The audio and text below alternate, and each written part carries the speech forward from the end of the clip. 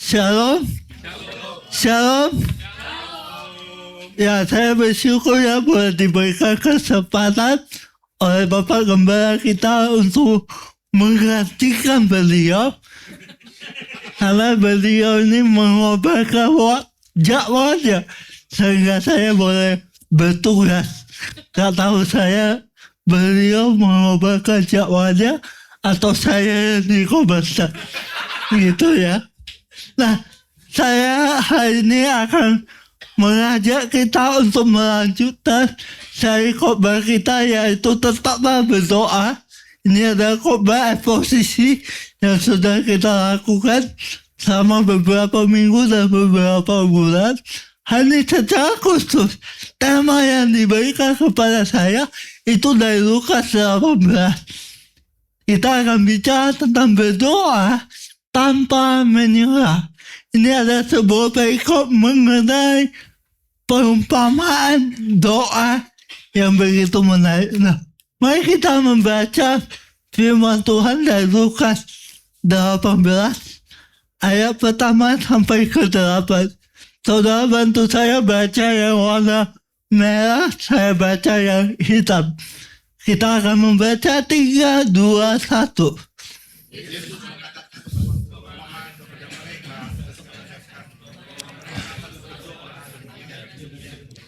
Katanya dalam sebuah kota ada seorang hakim yang tidak takut akan Allah dan tidak menghormati seorang pun. Di kota itu ada seorang janda yang selalu datang kepada hakim itu dan berkata, "Berilah aku kepada Tuhan." Beberapa waktu lamanya hakim itu menolak, tetapi kemudian ia berkata dalam hatinya, "Walaupun aku tidak takut akan Allah dan tidak menghormati seorang pun,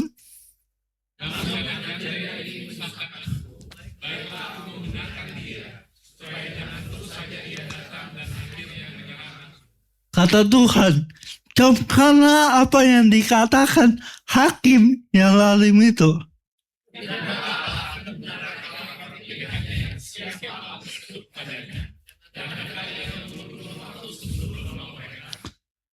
Aku berkata kepadamu, ia akan segera membenarkan mereka. Akan tetapi jika anak manusia itu datang, adakah ia mendapati iman di bumi? Amin. Demikian firman Tuhan. Izinkan saya mengajak kita melihat gambaran besar sebelum kita fokus membahas perumpamaan ini. Nah, saudara tahu di dalam tulisan Lukas, itu kalau kita pelajari Alkitab, kita percaya bahwa seluruh Alkitab itu diinspirasikan oleh Allah. Amin. Seluruh Alkitab itu diinspirasikan, diilhami oleh Allah yang sama. Tetapi hal ini tidak berarti bahwa para penulis tidak punya keunikan. Mereka punya keunikan dan penekanan yang khusus di dalam tulisan-tulisannya. Nah, Allah memakai keunikan itu untuk menyatakan firman-Nya. Demikian juga tulisan di dalam Injil Lukas. Kalau kita melihat Lukas, itu sangat menekankan beberapa tema utama. Contohnya, peran perempuan. Kalau Anda baca Injil Lukas, Lukas sangat spesifik menjelaskan atau menuliskan beberapa doa seperti doa Maria, ibu Yesus, doa Elizabeth, ibu dari Yohanes Pembaptis, doa tentang seorang nabi bernama Hana, nabi perempuan yang melihat bayi Yesus di bait Allah. Bahkan ketika mencatat peristiwa kebangkitan Kristus, Lukas secara spesifik berbeda dengan para penulis misalnya Matius dan Markus. Dia secara spesifik menyoroti para saksi pertama adalah para perempuan. Bukan berarti dia bertentangan dengan penulis Injil yang lain, tetapi inilah keunikan dari Injil Lukas. Dan Injil Lukas juga menyoroti doa-doa Yesus secara spesifik di dalam beberapa kesempatan gitu ya.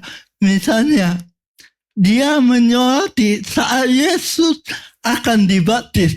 Kalau Anda baca Matius, ada berbeda. Lukas secara khusus menekankan bahwa Yesus ketika dia dibaptis, dia berdoa. Kemudian waktu banyak orang datang kepada dia, karena dia telah melakukan begitu banyak mujizat, hal-hal luar biasa, Yesus mengundurkan diri ke tempat-tempat yang sunyi. Untuk apa? Berdoa. Jadi Lukas ini sangat suka menyoroti aspek doa di dalam banyak peristiwa. Sebelum Yesus memilih 12 murid, Lukas secara khusus mencatat satu hal yang Yesus lakukan, yaitu dia berdoa. Dan selain itu Lukas juga memberikan porsi yang lebih besar untuk bagian perumpamaan Yesus. Bukan berarti kitab-kitab yang lain nggak ada. Kitab-kitab lain juga banyak bicara tentang perumpamaan Yesus. Tapi Lukas porsinya jauh lebih besar dibandingkan Matius dan Markus. Dan yang terakhir yang paling penting adalah Lukas menyoroti orang-orang yang pada zaman itu terpinggirkan. Mereka yang tidak dianggap, mereka yang dianggap tidak penting, itu sama Lukas disoroti. Contohnya apa? Ketika dia bicara mengenai para perempuan yang datang mengikut Yesus, janda-janda, orang miskin, orang sakit, dan orang asing. Kelompok-kelompok ini mendapat perhatian khusus di dalam tulisan Lukas.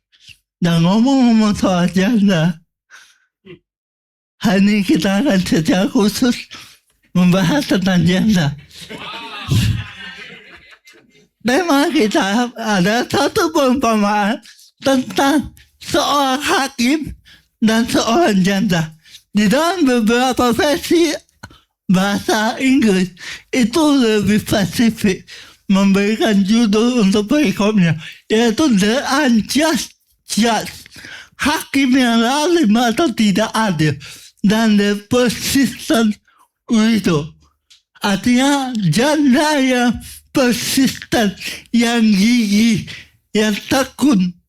Kalau di Alkitab lain cuma disebut janda, gak ada keterangan. Tapi beberapa versi secara spesifik menekankan tentang ketekunan dari janda. Tetapi supaya kita bisa memahami perumpamaan ini dengan benar, saya mau Anda dan saya membaca atau mengerti gambaran besar. Dari pasal 17 sampai pasal 18, di situ perumpamaan ini punya konteks yang khusus. Yaitu apa? Yesus berulang kali berbicara tentang kerajaan Allah.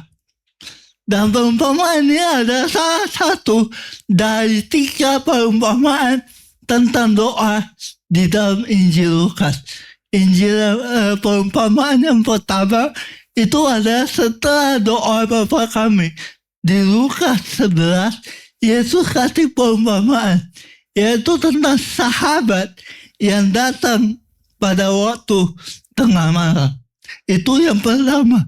Yang kedua adalah perumpamaan hakim dan janda yang akan kita bahas. Yang ketiga adalah tentang doa dari orang Farisi dan pemungut cukai di bait Allah.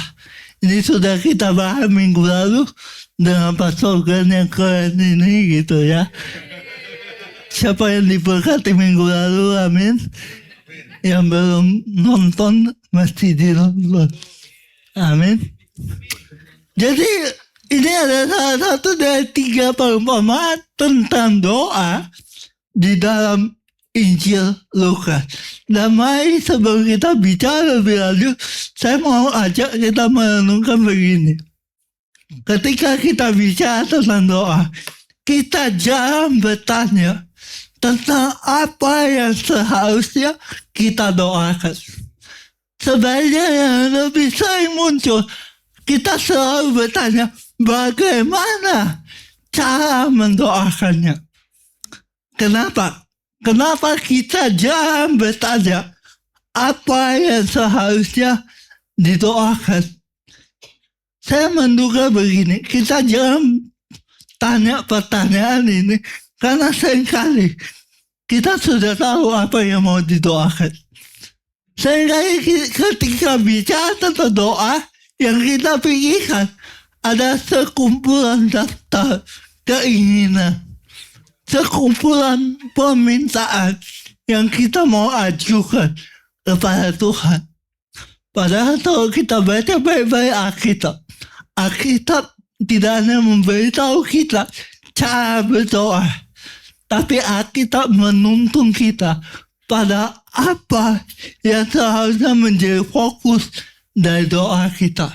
Waktu kita belajar doa Bapa Kami yang panjang berminggu-minggu, saudara perhatikan doa Bapa Kami mengubah isi doa kita. Itu sangat revolusioner, itu sangat memperbaharui kita. Kenapa? Karena seringkali yang kita doakan bukan kehendak Allah, tapi keinginan kita. Makanya seharusnya waktu kita bicara tentang doa, kita jangan hanya fokus pada bagaimana. Karena seringkali waktu kita tanya bagaimana cara berdoa, yang kita pikirkan apa? Metode bukan? Formula. Bagaimana doa yang berhasil? Bagaimana doa yang dijawab Tuhan? Tahu perlu dijawabnya cepat. Kita sering berpikir doa itu harus tahu kunci-kuncinya. Makanya saya ingat zaman dulu ada acara-acara namanya doa terobosan. Betul gak? Ingat gak? Oh, suaranya besar sekali. Yang paling besar pasti pelaku. Kemudian saya waktu lalu pernah lihat judul buku. Judulnya ini, Doa Mengaktifkan Berkat Tuhan. Waktu saya remaja, ada orang bikin KKN, doa membuka tingkat langit. Doa keselamatan, doa hujan pertobatan dan sebagainya. Itu semua bicara tentang apa? Metode. Kita pengen bagaimana supaya punya tips doa yang berhasil. Tetapi hari ini kita harus melihat Injil tidak hanya memberitahu kita cara doa yang berhasil, tapi Injil mengubah apa yang seharusnya kita doakan. Seringkali doa yang efektif jauh lebih menarik daripada doa yang alkitabiah. Kenapa? Karena kita pengen doa yang dijawab, doa yang wow, doa yang membawa kebangunan rohani. Tapi kita lupa esensi dari doa yang sesungguhnya.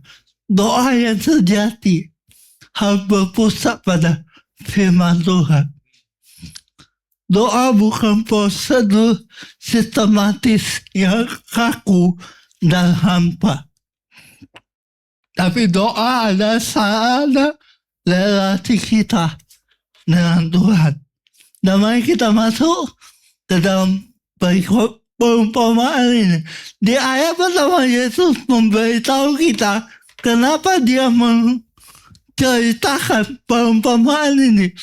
Di ayat pertama, untuk menegaskan bahwa mereka harus selalu berdoa dengan apa? Tidak jemu-jemu. Teman-teman yang masih muda, tahu gak artinya jemu-jemu? Apa? Jamu. Jangan bikin saya emosi ya. Bukan. Pendeta juga bisa emosi ya. Apa artinya jemu-jemu? Kalau kita renungkan, kata ini udah jarang kita pakai, betul ya? Jemu-jemu itu apa sih? Nah, apa? Gak betul itu ya, ngomong pasti orang tua tuh. Nah, di dalam Yunani kata jemu-jemu itu pakai kata ini, engkakin. Ini biar keren aja sih. Saya gak mau kalah sama Kak Gen. Nah, kata engkakin ini di dalam bahasa ini punya beberapa terjemahan, yaitu not to fail, atau tidak putus asa, tidak patah semangat, not to lose heart. Secara harfiah artinya tidak kehilangan hati, tidak kehilangan gairah. Di dalam NIV dan NLT diterjemahkan not to give up, never give up, tidak pernah menyerah, doa yang tidak berhenti. Saya percaya yang terakhir ini dipakai pagem untuk judul khotbah ini. Saya curiga. Kalau enggak berarti ini tuntunan Roh Kudus. Jadi tidak jemu-jemu mengindikasikan doa yang terus-menerus, doa yang berkelanjutan, doa yang membuat kita tidak kehilangan gairah. Kenapa ini penting? Kenapa Yesus mengingatkan kita untuk berdoa dan tidak jemu-jemu? Karena ternyata seringkali ketika kita begitu sering berdoa, kita kehilangan motivasi yang benar tentang doa. Kita kehilangan esensi dari mengapa kita berdoa. Di tempat lain kata yang kaget atau yang tadi dibilang tidak jemu-jemu itu di dalam 2 Korintus dan Efesus diterjemahkan begini, tidak tawar hati. Jadi tidak jemu-jemu di perikop lain diperjelas, yaitu tidak tawar hati. Pertanyaannya, kenapa tidak tawar hati? Saudara tahu tawar itu artinya apa? Kalau bersantai tawar artinya apa? Hamba, gak ada rasa. Nah, ini apa yang Yesus ungkapkan itu membongkar sebuah ilusi tentang doa. Kita selalu berpikir doa itu harus selalu berapi-api. Doa itu harus bergairah, emosi meluap-meluap. Kalau gak gitu doa kita kurang iman. Kalau gak gitu doamu kurang wow gitu ya. Kita merasa kalau doa kita selalu semangat, kita jadi bohong. Kita merasa kalau kita lebih semangat, Tuhan akan lebih mendengar doa kita. Tapi coba perhatikan perintah Yesus untuk tidak jemu-jemu berdoa itu punya indikasi bahwa jangan-jangan hasil dari doa tidak selalu kita lihat dan rasakan secara langsung. Kenapa Yesus menekankan agar kita tidak berdoa dan jemu-jemu? Karena seringkali ketika kita mendoakan, kita salah fokus. Dan waktu kita salah fokus, kita kehilangan alasan yang benar untuk berdoa. Bahkan banyak pengkhotbah pakai perikop ini untuk berkata, ayo semangat, ayo doa terus berdoa. Doa itu seperti janda yang terus-menerus datang kepada hakim yang gak berhenti meminta. Kita berpikir Tuhan itu seperti hakim yang mesti kita bujuk, yang mesti terus-menerus kita desak. Bahkan ada formula doa yang namanya push. Tahu? Pray until something happen. Berdoa sampai sesuatu terjadi. Akibatnya ketika yang kita mau tidak terjadi, kita mulai stres, kita tertekan, kita bertanya, Tuhan ada nggak sih? Apa saya kurang iman? Apa saya kurang rohani gitu? Maka kalau kita mengerti ini akan mengubah cara kita memahami doa. Sekali lagi, perumpamaan ini harus dipahami di dalam sebuah konteks. Karena Yesus di pasal 17 sampai pasal 18 sedang berbicara tentang kerajaan Allah. Karena itu mari kita masuk ke poin pertama, apa yang harus kita pahami. Yang pertama, kita berdoa itu karena sebuah kesadaran. Doa karena kita sadar. Di ayat 2 dan 3, Yesus menceritakan perumpamaan ini dengan menghadirkan dua tokoh. Di ayat kedua tentang seorang hakim, di dalam sebuah kota ada seorang hakim. Dan ayat 3 di kota itu ada seorang janda. Kok diam? Tadi pagi kalau ngomong janda pada semangat. Oke. Saudara baca perikop ini, perumpamaan ini, saudara akan menemukan kita tidak punya banyak informasi tentang siapa janda ini. Saudara penasaran nggak? Janda di dalam perumpamaan ini, jandanya tua atau muda? Penasaran? Saudara bertanya-tanya ya, kira-kira kenapa dia jadi janda?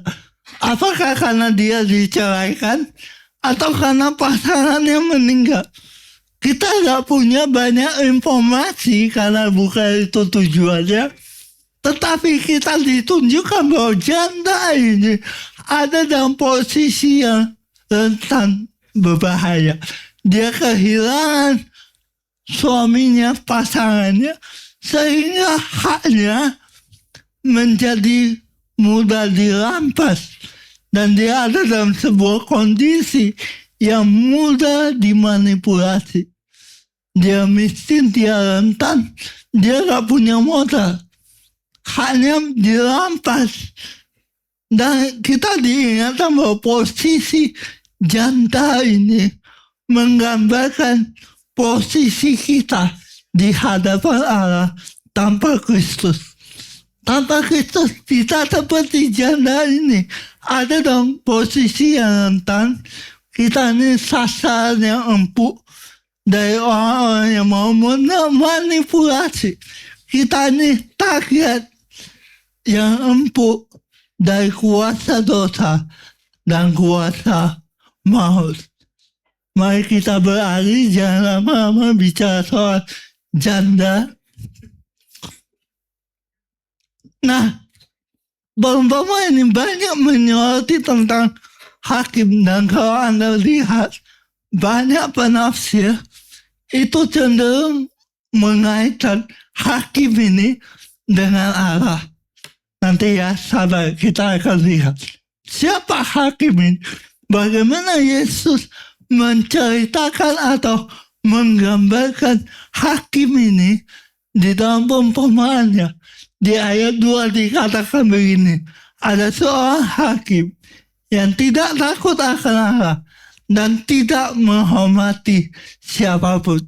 Dan di ayat 4 dari pengakuan hakim itu ditegaskan bahwa dia tidak takut Allah, tidak menghormati siapapun, tidak menghormati seorang pun. Dan ternyata waktu saya pelajari, ketika orang Israel pada zaman itu mereka dijajah oleh Roma, ini yang terjadi. Orang Roma untuk mengatur dan mengikat orang-orang Yahudi, mereka mengangkat hakim dari orang-orang Israel itu sendiri. Tapi hakim ini adalah hakim yang dibayar, hakim yang dibeli. Makanya orang Yahudi cenderung memandang hakim sebagai orang yang kafir. Nah, posisinya ini, kekuasaan yang mereka miliki adalah counter authority. Artinya mereka bertentangan dengan Allah, dengan kekuasaan Allah. Kenapa? Karena dikatakan bahwa hakim ini tidak takut akan Allah. Berarti dia tidak tunduk pada perintah Allah. Dia orang yang gak peduli dengan hukum Tuhan. Padahal dia memerintah atas umat Allah. Jadi ada sebuah gambar figur tandingan yang Yesus tunjukkan untuk menggambarkan kekuasaan yang sewenang-wenang, seorang yang membalikkan nilai-nilai dari hukum yang utama. Karena perintah Allah yang utama ada dua. Yang pertama, kasihilah Tuhan Allahmu. Yang kedua, dan yang sama dengan perintah itu, kasihilah sesamamu manusia. Dan hakim ini jelas seorang yang menentang perintah utama itu. Kemudian kita mau lihat kondisi dari hakim itu. Ketika janda itu terus datang, di ayat 5 dia bilang gini, namun karena janda ini menyusahkan aku. Kenapa? Karena dia ada dalam posisi yang sudah terlalu nyaman, punya kekuasaan, sehingga dia sama sekali tidak peduli dengan apa yang dialami orang lain. Kita melihat satu gambaran di mana hakim ini mengabaikan moralitas, acuh tak acuh, nyaman dengan kekuasaan, egois dan transaksional. Kenapa? Karena mereka untuk mempertahankan posisinya, mereka harus melakukan segala sesuatu untuk kepentingannya. Dikatakan tanah janda ini menyusahkan, posisi dia terganggu. Sehingga apa yang dia lakukan? Baiklah aku membenarkan dia, supaya jangan terus dia datang dan akhirnya menyerang aku. Tuhan bilang gini, camkanlah apa yang dikatakan hakim yang zalim itu. Bahkan ketika hakim ini pada akhirnya harus membenarkan janda, dia sama sekali tidak peduli dengan janda itu. Dia membenarkan dia bukan karena janda itu punya hak, tetapi karena supaya posisinya aman. Dia pakai uang jabatan untuk kenyamanannya, kepentingan politik, untuk menyelamatkan dirinya sendiri. Pertanyaan saya, waktu Anda dengar semua gambar ini, bisa bayangkan Allah seperti itu? Apakah kita punya Allah yang seperti itu? Makanya saya percaya di dalam perumpamaan ini, hakim ini justru digambarkan kebalikan dari siapa Allah itu. Di dalam penafsiran orang Yahudi, ada yang disebut Kal Wayomer. Ini cuma kelihatan pintar gitu ya, pakai istilah-istilah aneh. Apa itu penafsiran Kal Wayomer? Ini ada di dalam tradisi para rabi Yahudi, di mana sesuatu yang benar untuk hal yang tidak ideal akan lebih benar untuk hal yang sempurna. Sesuatu yang benar untuk hal yang kecil akan jauh lebih benar ketika diterapkan pada hal yang besar. Dengan kata lain gini, Yesus sedang memberitahu bahwa hakim yang lalim, yang gak takut akan Allah, itu saja pada akhirnya harus membenarkan janda yang dia gak suka. Yesus bilang, Anda dan saya punya Allah yang jauh lebih besar. Allah yang peduli pada keadilan, Allah yang peduli pada pergumulan kita. Allah kita tidak seperti hakim yang lalim itu. Allah yang kita miliki adalah Allah yang sejati. Kalau Anda lihat di dalam perikop Lukas 11 ayat 13, di situ Yesus memakai metode yang sama, di mana dia berkata begini, kalau Bapakmu yang di dunia, Bapakmu yang jahat, tahu pemberian yang baik kepada anak-anaknya, Yesus bilang, apalagi Bapakmu yang di surga. Jadi Yesus pakai satu contoh yang tidak ideal, yang kelihatan buruk, yang terpaksa melakukan apa yang benar dan baik, lalu dibalikkan. Bukankah kalau kita punya Allah yang baik, dia akan jauh lebih peduli, jauh lebih memperhatikan, dan dia lebih mau melakukan yang terbaik bagi saudara dan bagi saya. Itulah Allah yang kita punya. Amin. Nah, kemarin waktu kita pulang dari Malang, saya lagi gabut gitu ya. Di bus 12 jam, bingung mau ngapain. Waktu berangkat, saya buka TV, mau nonton Netflix, gak bisa masuk. Karena gak punya akun. Jadi waktu berangkat itu saya bengong di bus. Sambil persiapan lah gitu. Tapi waktu pulang, puji Tuhan, pas buka Netflix ada akun yang mungkin penumpang sebelumnya lupa tutup, lupa logout gitu ya. Jadi saya bisa masuk. Dan waktu saya lihat ada film yang menarik, judulnya Are You There God? It's Me, Margaret. Ini film tentang anak remaja. Anak remaja yang mengalami transisi mau dewasa gitu ya. Tapi dia punya keluarga latar belakang yang beda agama. Keluarga papanya Yahudi, keluarga mamanya Kristen. Mama papanya mencoba untuk tidak terlalu memaksa anaknya untuk memilih agamanya. Tapi nenek dari pihak ayah dan pihak mamanya itu berantem.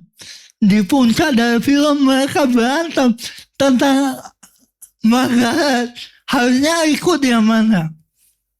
Dia menceritakan bahwa satu hari dia dapat satu tugas sekolah dan dia berdoa, dia bingung, doanya gak dijawab. Dia bilang gini, yang aku pelajari tentang agama adalah hal itu membuat orang-orang berkelahi.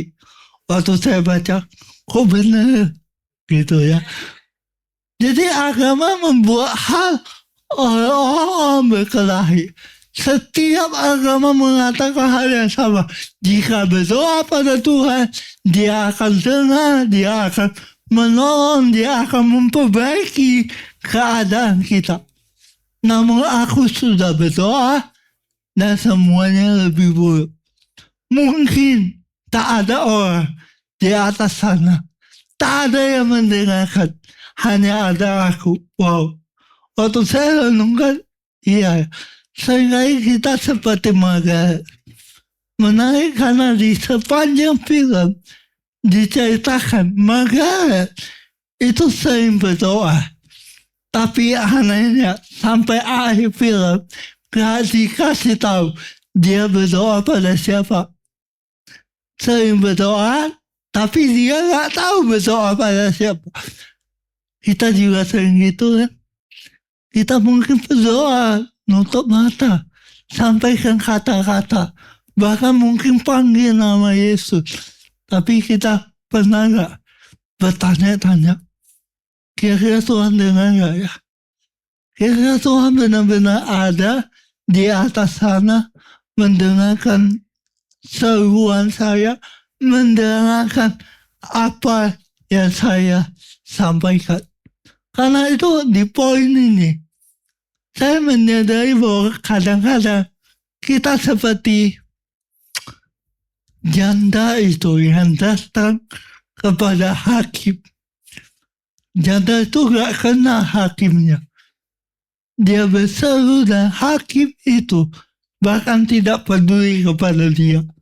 Dan seringkali kita memperlakukan Tuhan seperti janda ini memperlakukan hakimnya. Karena itu penting bagi kita untuk mengerti bahwa esensi dari doa bukan sekedar rutinitas. Bukan sekedar kata-kata yang kita ucapkan, tetapi doa sungguh-sungguh ada sarana bagi kita untuk berrelasi dengan Allah. Karena itu poin terakhir saya adalah mari kita berdoa bukan hanya karena kita kenal dia, tapi juga karena kita percaya kepada dia. Dan ini yang paling berat. Yesus berkata begini. Di ayat 8. Jika anak manusia itu datang, adakah ia mendapati iman di bumi? Ingat tadi di ayat pertama, kenapa Yesus menceritakan perumpamaan ini? Dia mendorong kita supaya kita selalu berdoa dan tidak jemu-jemu. Kenapa? Karena puncaknya seringkali kita berpikir kalau kita lebih sering berdoa, lebih sungguh-sungguh berdoa, maka kita akan dapat jawaban doa yang kita harapkan. Tapi akhir dari perumpamaan ini bukan keinginan kita, bukan apa yang kita harapkan. Akhir dari perumpamaan ini adalah Yesus kasih tahu kalau anak manusia datang, apakah dia mendapati iman di bumi? Maksudnya apa? Doa di dalam perumpamaan ini menunjukkan bahwa Allah, hubungan kita dengan Allah tidak transaksional. Janda itu datang beberapa kali, tapi dia ditolak oleh hakim. Artinya seringkali doa itu membutuhkan waktu, betul ya? Doa seringkali membawa kita untuk masuk ke dalam sebuah penantian. Dan Anda tahu apa yang paling sulit tentang doa? Ketika kita harus menunggu. Ketika kita berdoa, dan kita tidak tahu pasti jawaban dari doa kita. Tetapi sebenarnya di ruang tunggu, di ruang penantian dari doa kita, justru keyakinan kita sedang dibentuk dan bertumbuh. Pada akhirnya Injil memberikan kita sebuah kepastian. Yesus berkata, anak manusia akan datang. Ini adalah sebuah gambaran yang disebut res eschatology, atau yang biasa kita sebut already but not yet. Perhatikan, hakim itu mendengar permintaan janda, tetapi dia mengulur waktu untuk mengetuk palunya. Artinya apa? Dia gak peduli dengan kondisi permintaan hak-hak dari janda itu. Tetapi Allah melalui Kristus, ini yang Allah lakukan. Lewat Kristus, ketuk palu keadilan sudah selesai. Lewat Kristus, palu Allah sudah diketuk. Artinya begini, lewat Kristus hakim yang kita akan hadapi adalah hakim yang peduli dengan kita. Ketika Anda berdoa, penghakimannya itu selalu didasarkan pada apa yang sudah Yesus lakukan. Saudara percaya nggak? Sebenarnya setiap kali kita berdoa, saya percaya Allah selalu menjawab doa kita. Saya ulangi, setiap kali kita berdoa, Allah sesungguhnya selalu menjawab doa kita. Tapi masalahnya, sehingga jawaban doa bukan apa yang kita bayangkan. Sehingga yang Allah jawab tidak seperti yang kita inginkan. Dan itu yang membuat kita gak paham mana nih Tuhan. Karena apa? Karena jawaban Allah itu bersifat already but not yet. Pengobatan Kristus, pembenaran Kristus itu sudah diberikan. Di ayat, tadi saya kelewatan, di ayat 7 dan 8, kalau Anda melihat, Yesus berkata begini, saya bacakan, tidakkah Allah akan membenarkan orang-orang pilihannya yang siang malam berseru kepadanya? Dan adakah ia mengulur waktu sebelum menolong mereka? Artinya apa? Waktu kita membutuhkan jawaban doa sebenarnya di dalam Kristus itu sudah diberikan. Masalahnya jawaban doa itu mengubah pola pikir kita bahwa yang sesungguhnya yang kita butuhkan bukan keinginan kita. Yang sesungguhnya kita butuhkan adalah pembenaran yang Allah kerjakan lewat Kristus. Dan kalau sudah mengerti ini, maka setiap doa-doa kita harusnya berujung pada pengorbanan Kristus bagi hidup kita.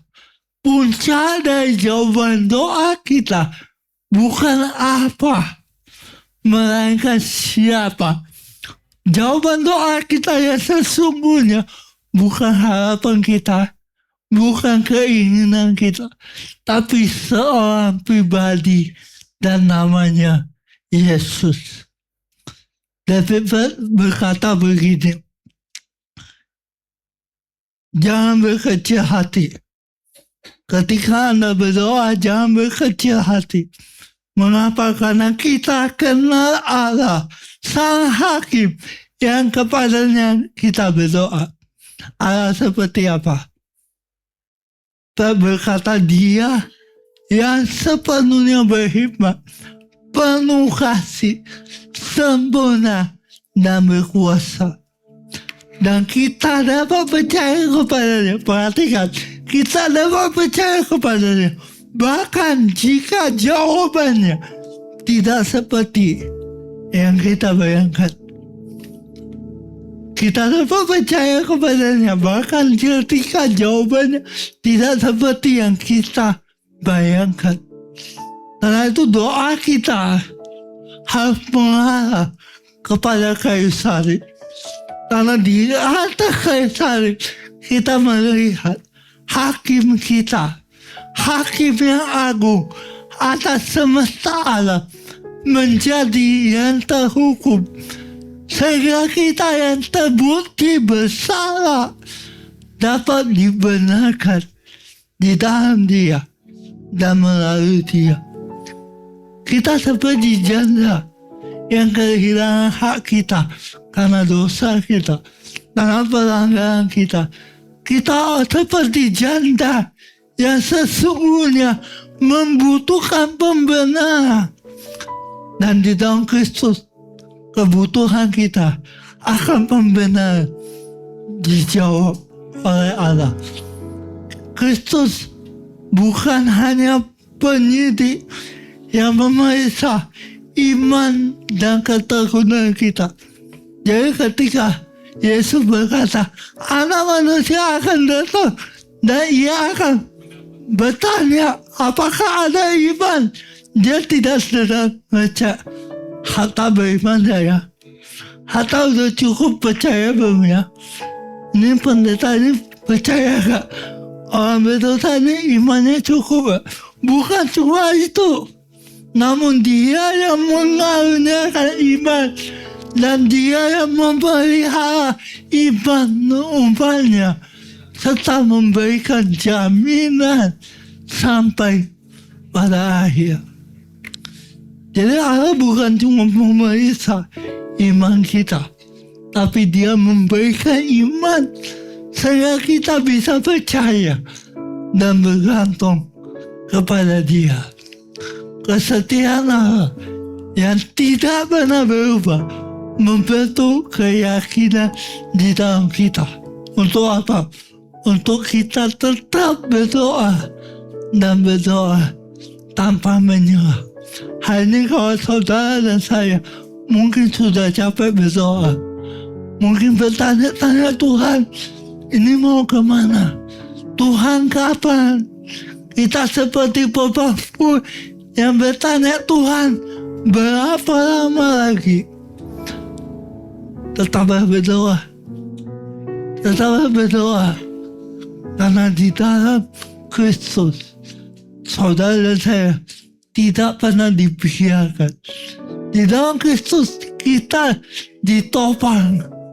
Dan di dalam Kristus Allah setia sampai pada akhirnya. Amin. Izinkan saya menutup biasanya pakai Soli Deo Gloria. Hari ini saya pakai istilah yang berbeda, yaitu Soli Trinitatis Gloria. Artinya apa? Segala kemuliaan bagi Allah Tritunggal, Bapa, Anak, dan Roh Kudus.